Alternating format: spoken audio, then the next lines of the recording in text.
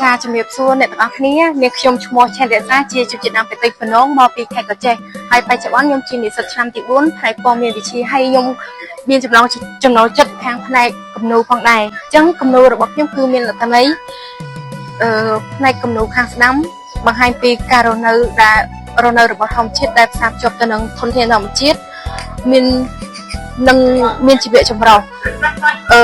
មានជ្រូកដំរីដើមឈើធំហើយនឹងការស្លៀកពាក់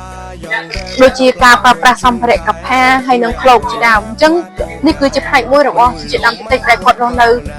ពឹងផ្អែកទៅលើធនធានតាំងពីយូរលង់ណាស់មកហើយរហូតបានបន្តរហូតដល់សម័យបច្ចុប្បន្នផងដែរអញ្ចឹងយើងទៅកន្លែងមើលពីទស្សនវិជ្ជាជាដើមតិចបែបសម័យ Digital វិញម្ដងអញ្ចឹងនៅក្នុងយុគសម័យ Digital នេះគឺស្ថិតនៅក្នុងទស្សនវិជ្ជាពេលយប់អញ្ចឹងនៅក្នុងពេលយប់នេះគឺយុវជនហើយនឹងចាស់ទុំបានចែករំលែកគ្នាពីបទពិសោធន៍ដូចជាការផ្ទេរចំណេះដឹងគ្នាទៅវិញទៅមកនៅជុំវិញភ្នក់ភ្លើងអញ្ចឹងក្នុងន័យអត្ថន័យជួបគ្នានៅភ្នក់ភ្លើងដោយសារតែភ្នក់ភ្លើងគឺជានិមិត្តរូបនៃការជួបជុំរបស់បងប្អូនជនជាតិអាមេរិកហើយនេះគឺរូប social media ឬក៏ផ្នែក digital ដែលទាំងអស់នេះធ្វើឲ្យមានការស្គាល់បងប្អូនជនជាតិអាមេរិកតាមរយៈបច្ចេកវិទ្យាការផ្សាយផ្នែកវប្បធម៌ហើយនិងអត្តសញ្ញាណរបស់ជនជាតិអាមេរិក